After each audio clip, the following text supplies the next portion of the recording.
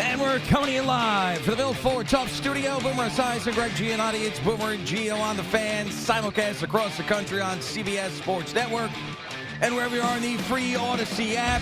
Good Tuesday morning. No baseball last night, but it was a nice little breather as we get ready for it is going to be an intense stretch run here for the Mets and Yankees. Football is heating up everywhere yesterday when we were at Jerry's golf tournament.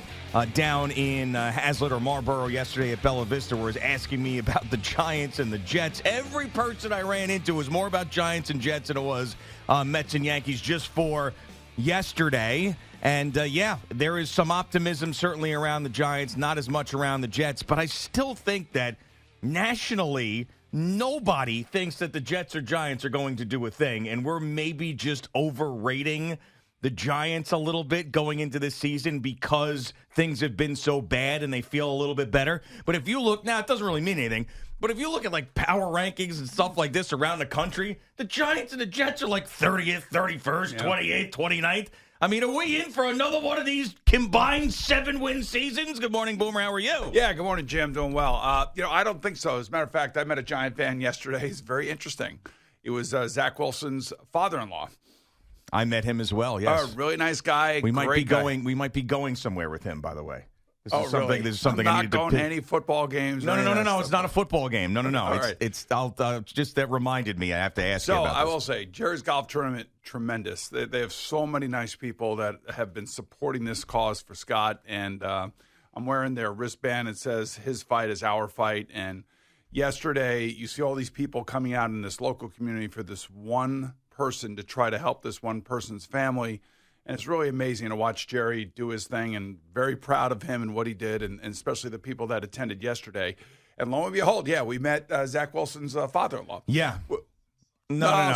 See, stop. not today. I didn't say that. Well, yeah, I mean, I did many times. I don't know if he knew my Zach Wilson take. No, he knew. He told me. Oh, really? Yeah, because we talked about what it means to play quarterback in the city. And I said, look, man, I've lived both sides of it. Wait, hold on. Before we go into what did he say? Because I talked to him afterwards. He didn't mention anything about this. So he knew how much I thought that he stunk? He said he couldn't get up in the morning and turn on the radio. Oh, okay. All right. And I said, look, it's not my fault. All right. I mean it's not my fault. I mean, I said, it's great, and I'm very happy for your daughter. And he goes, I couldn't have picked a better son-in-law, and he really does love Zach, and that's great. And Zach, Josh Allen, maybe, I guess. Zach is now down in Miami, but I mean,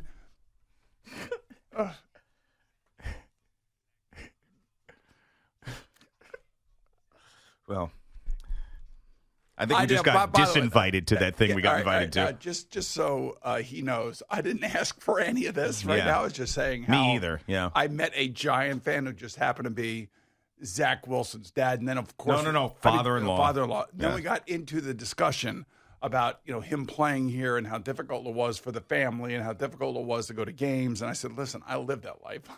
I know, man. For the first year and a half, it was sunshine and rainbows, and for the next year and a half, it was Hurricane Erin. Yeah, and that's what it was. I mean, and that's just unfortunately, I was caught up in the storm that is the New York Jet quarterback position, just like many have been. Yeah. So I tried to tell him, I said, look, maybe he's in a good spot. We've seen Geno Smith, we've seen Sam Darnold, we've seen Baker Mayfield, all these guys go through the ringer and then come out the other side a little bit more mature, around people that they trust, and they feel better about, who they become as a player, not a person. Nobody ever questioned who Zach Wilson was as a person. No. Everybody questioned whether or not he could handle the starting quarterback position. Right, and he couldn't. I mean, it just the facts bared that out. Just so you know, I told his father-in-law, I said, look, he's a great kid. If I had the second pick, I would have never drafted a kid from where Zach is from to New York. If I were Denver, maybe. If I were Kansas City, of course. If I were Minnesota with Kevin O'Connell, 100% I would have drafted the kid. But I would not want him to be drafted to New York because of where he is from, a small community in Utah. Now, listen, Jaxson Dart went to the same high school. And Jaxson Dart seems to have a different personality than Zach. I think Zach really tried very hard when he first got here. if you remember, they were going to all the Islander playoff games. He was taking his teammates there, and he really, really tried. He wanted to be successful. Well, Jaxson Dart also left there. Played in the SEC, played a bunch of games. Like he Zach got out was and then he went there. Right, Yeah, Zach was in that bubble there the entire time. Exactly, and plus he was coming out of the COVID years. Right. So so he was definitely protected before he got here, and then holy hell hit him right in the face. And now he's down in Miami with Mike McDaniel, who I did tell his father-in-law, I said, if they don't get it right down there, I could see Stephen Ross pulling the plug on that team, on that coach. And I would think, and I got to believe, and maybe you would be able to find this for us, that the coach that is most likely to be fired at the end of this season, if the season goes haywire. Oh, yeah. It's got to be Mike McDaniel. You'd think that he would be like at the top of that list. As much as I like him, as smart as I think he is as a football coach, that doesn't mean that, he demands the respect from everybody in that building. I know he gets it from his quarterback, Tua Tagovailoa, and I think part of Tua's beginning here this year, going after a little bit of Tyreek Hill, was to support his coach. Yeah. That I'm sure Tua loves. Mm-hmm. Well, Brian Daboll is still the favorite as the first coach to be fired in the NFL at plus 400. And Mike McDaniel plus 500. All right, so that doesn't really make a lot of sense, because if everybody is, or around here, is overreacting to the Giants and what they've seen thus far, then it doesn't match up with that. That's for sure. Well, that's sort of exactly what I was saying. Yeah, but I was saying, Julian Edelman and Gronk are not idiots. I mean, they know what the hell they're talking about. Debatable with Gronk.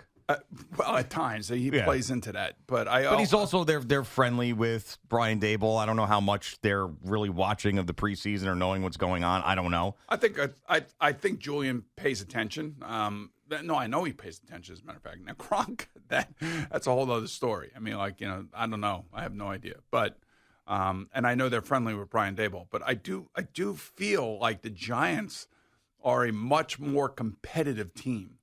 Like when I saw them playing against the Jets the other night, I saw a team that looked like it really wants to get this thing straightened out. And they do have young players that are very exciting. And they have a defensive line that's going to put pressure on the opposing quarterback.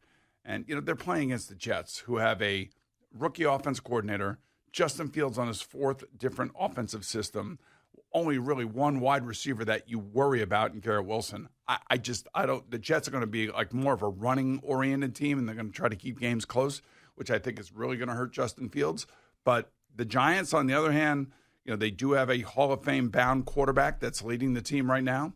They also have a quarterback that doesn't turn the ball over, and that was their biggest bugaboo the last couple of years. I think they were 1-7 in one-score games, and probably had the worst turnover ratio in the NFL. Yeah, I mean, in an offense that was barely non-existent for most of the year. Turnovers, sacks, penalties. Yeah, just brutal. All that kind of crap. Yeah, I mean, I think the first two games are so... And a lack of getting turnovers. Right, exactly. I mean, the turnover differential was one of the worst in football, if not the worst in football. To me, these first two games are going to tell a story about this season. If they go 0-2 in those first two games and just goodbye, good night, it's all about... Well, it's how they go 0-2. They go 0-2, 34-7. Yeah, but we're talking about being relevant, though. You know what I'm saying? Like, I think, Jim Fossil went through this when he was the head coach of the Giants. Like, there are a lot of questions about him. Remember, he pushed his chips to the table. Yeah, Tom Coughlin's been through this with the player council and all this other crap. But those guys actually, they succeeded. But I know. They turned it around because, Jim finally got Kerry Collins, and then, of course, Eli Manning grew up and matured, and they had that run in 2007 that basically solidified, his career here. And that's Brian Daboll needs that. He needs that from Jaxson Dart. Certainly not right now, but he definitely needs that from Jaxson Dart eventually. But I think they have I'm going to beat this into the ground until he proves me wrong. He's going to keep the game close, Russell Wilson. He's going to throw the ball deep. He may throw an interception here or there, but for the most part, if this defensive line lives up to the expectations that we all have for them, they should be able to get to the fourth quarter in those one-score games. And the difference in those one-score games have got to be Russell Wilson versus Daniel Jones. Yes, and I do think the defense, it's going to be, to me, Dexter Lawrence and Abdul Carter more than Brian Burns and Kayvon Thibodeau. If Dexter Lawrence continues his dominance, and there's no reason to believe that he does not, and Abdul Carter turns into the player that most expect him to be, then yes, this team can be competitive. And those other two guys, if you get anything above average from them in Burns and Thibodeau, then yeah, you maybe really have Other something. guys, Brian Burns is a monster. Yeah, man. I mean, I think it's a little overrated. I mean, last year he was okay. He was. I mean, honestly, he wasn't a world beater last year. I'll tell you, you'd have to worry about Dexter Lawrence and him, and that was it, really. I mean, Kayvon Thibodeau came on late in the year after he got back from an injury. But look, they're all four there. They all know the expectations. They hear the buzz around them, and I do think that guys like Cam Scatiboom and Abdul Carter and of course Jaxson Dart bring a level of excitement and youthfulness to a team. And they also bring expectations because where they were, they were winners in college. Yeah, I really do. And I know Giants fans, every time I see them or on social media, they always give me crap and think that I'm rooting against the Giants, which is the exact opposite. And just because I grew up a Vikings fan and they're both in the NFC doesn't mean anything to me. I want the Giants at this point in my life to be competitive and to be good, to make our jobs more fun, because Mondays in the fall aren't fun. Listen to all you guys bitch year after year after year. So let me just say that for the 50th time. I really want them to have success. I hope you're right. I really do. I hope you're right. I just don't see it. I can't. I cannot sit here before either the Jets or Giants play a regular season game and project either one of those teams to have a good season until I actually see it. I can't go out on a limb and do that anymore. The coaches and the players have to, play the game in a different way than we talk about it. So in other words, it's one snap, it's one series, it's one quarter, blah, blah, blah. And that's all they have to worry about. So for the Giants, the whole focus is trying to contain Jaden Daniels and trying to keep him in the pocket and stop him from extending plays. And that's why they drafted a guy like Abdul Carter. That they want the speed. They need to match the speed, and they got to do it on defense. And, I'm thinking to myself, if they can go 1-1 in these first two games, both away, yeah, I think that is a success. Yes, that would be a success. Huge. 500 after 2 weeks would be a success. Well, bitch and complain about the loss, whichever one it may be.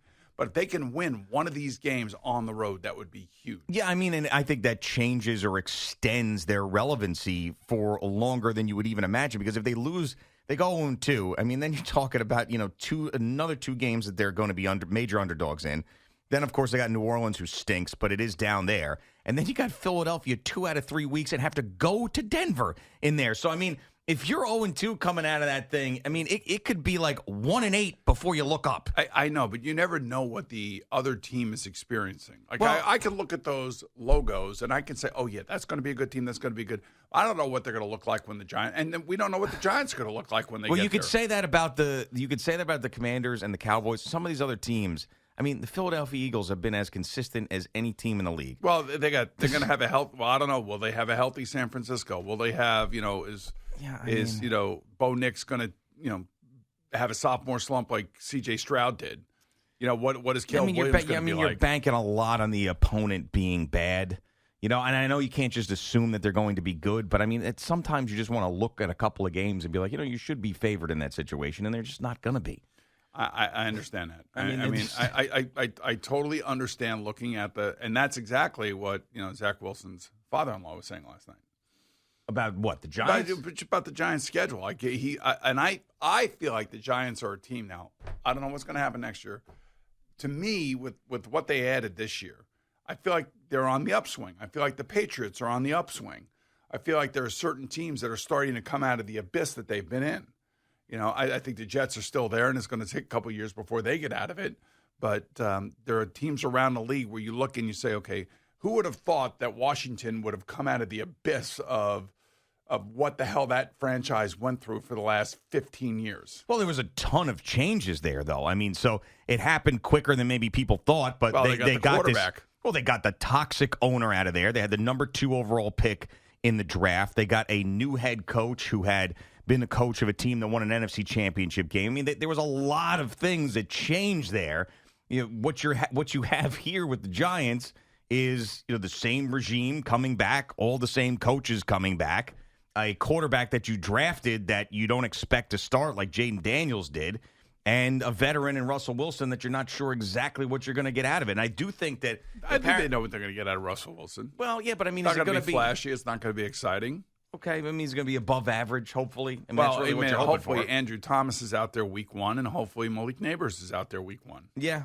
So, I mean, there's a big difference between the humongous shakeup that happened in Washington as opposed to what's going on with the Giants from last year. I can't sit here and kill the Giants for keeping Joe Shane and Brian Daboll. I'm not doing that. I've always said we need they and the Jets both need stability. You can't keep changing every 2 years and expecting new results. Yeah, I'm right, and I like the fact that they're still here as well.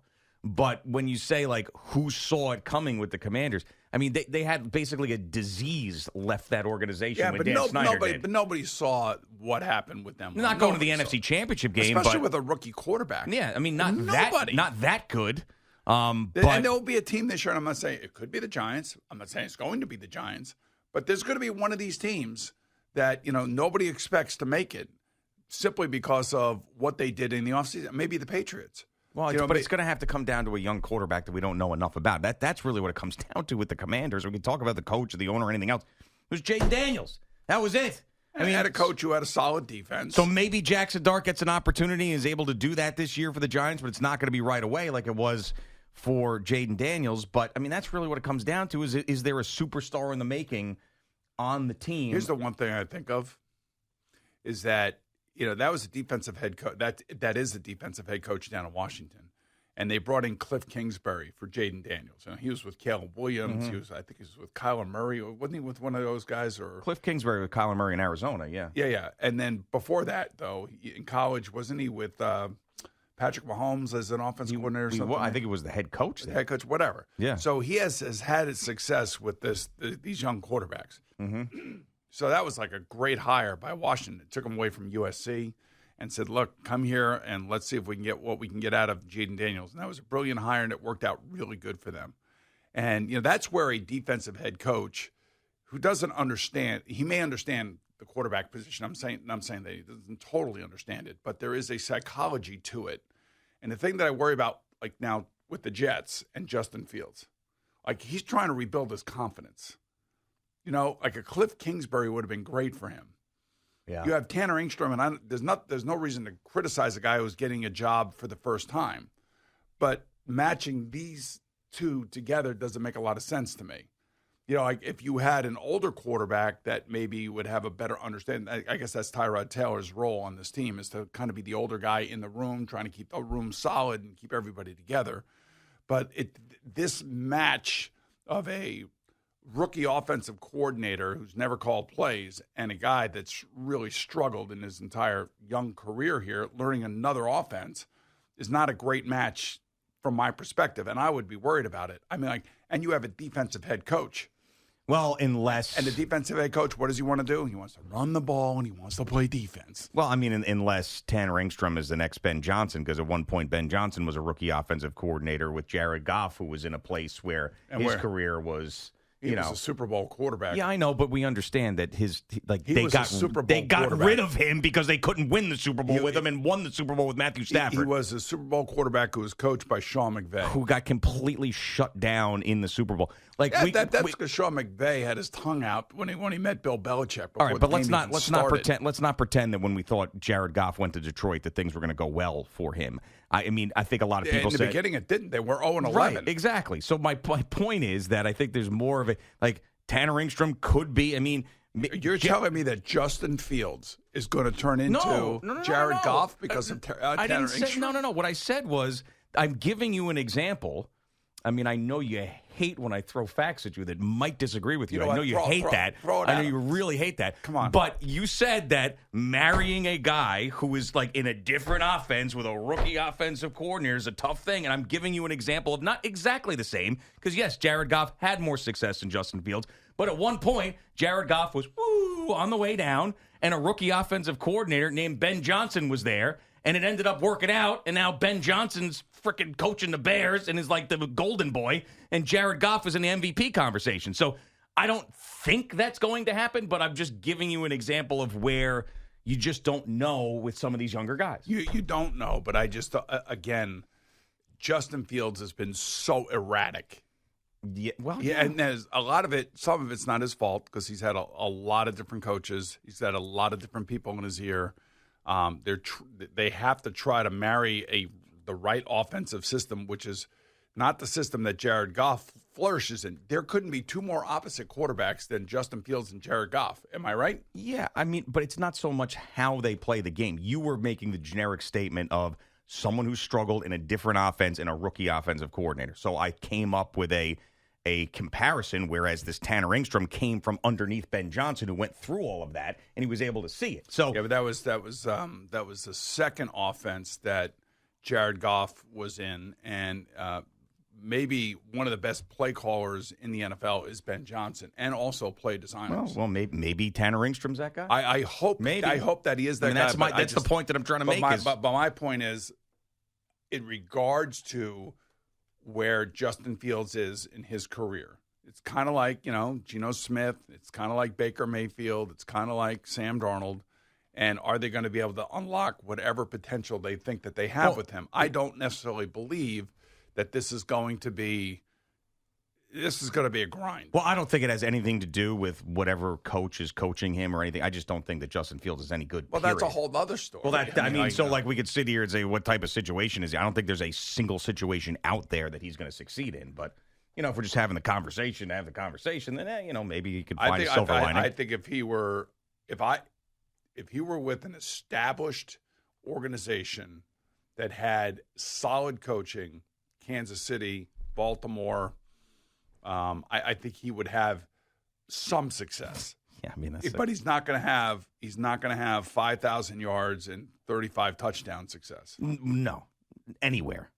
I mean, in the perfect situation. No, I think that unfortunately that ship is probably sailed for him. Yeah. And you have to keep your expectations to a minimum, I think. And if I were coaching that guy, and this goes back to the defensive head coach part of it, if I were coaching that guy, or if I were coaching Mark Sanchez when he was with the Jets, I would throw that guy out there and just throw and throw and throw and throw and throw. Just keep throwing. So when you finally get on the field and the bullets are flying for real, that you're not going to be overwhelmed, you're not going to be nervous, you're not going to have high anxiety and launching balls over people's heads or throwing balls at people's feet, like Zach would do at times here. Yeah. Because they tried to protect him. And sometimes you just can't protect the kid. You just got to let him go, just like they did up in Buffalo with Josh Allen. Now, that's a special personality. And maybe Jaxson Dart has some of that. I don't know. Well, I think Brian Daboll is hoping so. I think Brian Daboll saw some of that in Jaxson Dart in the pre-draft process. Is it really hoping? Could you see this? You remember when the Philadelphia Eagles drafted Carson Wentz number 1 overall? Yeah. I think it was 1 over 2 or 1 or 2. It was number right? 2 behind Jared Goff. All right. He was number 2 behind Jared Goff. Do you remember who the starting quarterback for them going into that season was? For the Philadelphia Eagles? Yes. God. I mean, so I know that Sam Bradford, yeah, and then they traded him to Minnesota, and they called Carson when he was out. And then turkey Nick hunting. Foles was the backup. Yeah, my buddy Frank, my buddy Frank called him when he was turkey hunting and said, "Hey, Carson, guess what? You're going to be starting week 1." That because Teddy Bridgewater blew out his knee in training camp, and then the Vikings traded for Sam Bradford. That's exactly right. Yeah. And the Philadelphia Eagles said, "All right, we're going with the rookie." I mean, could that happen here with the Giants? Is there do you see any situation where Russell Wilson could find himself in the same way that Sam Bradford found himself? Things change quickly in the NFL, bro. It'd have to be a massive injury and someone out for the year. And that's what it'd have to be, right? I mean, Kirk Cousins would fall into that, but he would be a little bit more expensive, I think. Yeah. Interesting. Yeah, I mean, I think you'd have to have a similar situation where Jaxson Dart would have to blow the doors off of everybody in that building. There would have to be a trade offer for Russell. I don't know what they would you have be to able have a team because that Vikings team that year thought that they were pretty good. And when they lost Bridgewater, who went to the Pro Bowl the previous year, they were like, we got to do something. We can't waste this roster. And they went out and traded for Sam Bradford. So it had to be a team that has high expectations that loses their quarterback that's desperate. Maybe. All right, Boomer and Gio on the Fan and CBS Sports Network.